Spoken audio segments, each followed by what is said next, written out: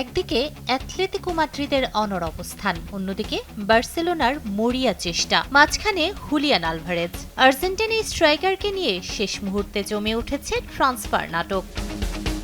আলভারেজকে নিজেদের আক্রমণ ভাগের কেন্দ্রবিন্দুতে চান বার্সেলোনা কোচ হান্সি ফ্লিক ও স্পোর্টিং ডিরেক্টর ডেকো। সেন্টার ফরওয়ার্ড পজিশনের জন্য তাদের প্রথম পছন্দ এই আর্জেন্টাইন। কিন্তু বার্সেলোনার পথে সবচেয়ে বড় বাধা অ্যাথলেটিকো মাদ্রিদ। দক্ষিণ কোরিয়ার সিওলে প্রাক মৌসুম প্রস্তুতির সময়ও কোচ দিয়েগো সিমিওনে পরিষ্কার করে দিয়েছেন আলভারেজ অ্যাথলেটিকোর পরিকল্পনার গুরুত্বপূর্ণ অংশ, তাই তাকে ছাড়ার কোনো ইচ্ছে নেই ক্লাবটির। সিমিওনের এই অবস্থান বার্সেলোনার পরিকল্পনা বদলাতে পারেনি, বরং এখন তারা তাকিয়ে আছে আলভারেজের নিজের সিদ্ধান্তের দিকে। ছুটি শেষে অ্যাথলেটিকোর অনুশীলনে ফিরলে ক্লাব কর্তাদের সঙ্গে কথা বলে নিজের ভবিষ্যৎ নিয়ে অবস্থান জানাতে পারেন তিনি।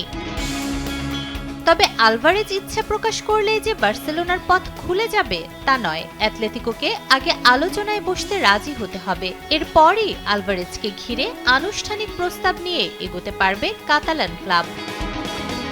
বার্সেলোনার স্কোয়াডেও চলছে পরিবর্তনের হিসেব। পিএসজিতে পাড়ি জমাচ্ছেন বিশ্বকাপ ফাইনালের স্কোরার ফেরান তোরেস, তাই আলভারেজকে পাওয়ার ব্যাপারে আগ্রহ বেড়েছে কাতালান ক্লাবটিতে।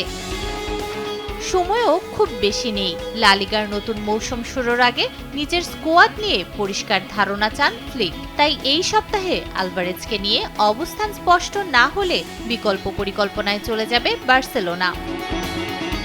একদিকে সিমিওনের না, অন্যদিকে বার্সার শেষ চেষ্টা, আর মাঝখানে নিজের ভবিষ্যৎ নিয়ে সিদ্ধান্ত নেওয়ার অপেক্ষায় আলভারেজ। শেষ পর্যন্ত অ্যাথলেটিকোর অনড় অবস্থান ভাঙবেন তিনি, নাকি মাদ্রিদেই থেকে যাবেন? এই সপ্তাহের আলোচনায় দিতে পারে সেই উত্তর। নূরে জান্নাত, সময় সংবাদ।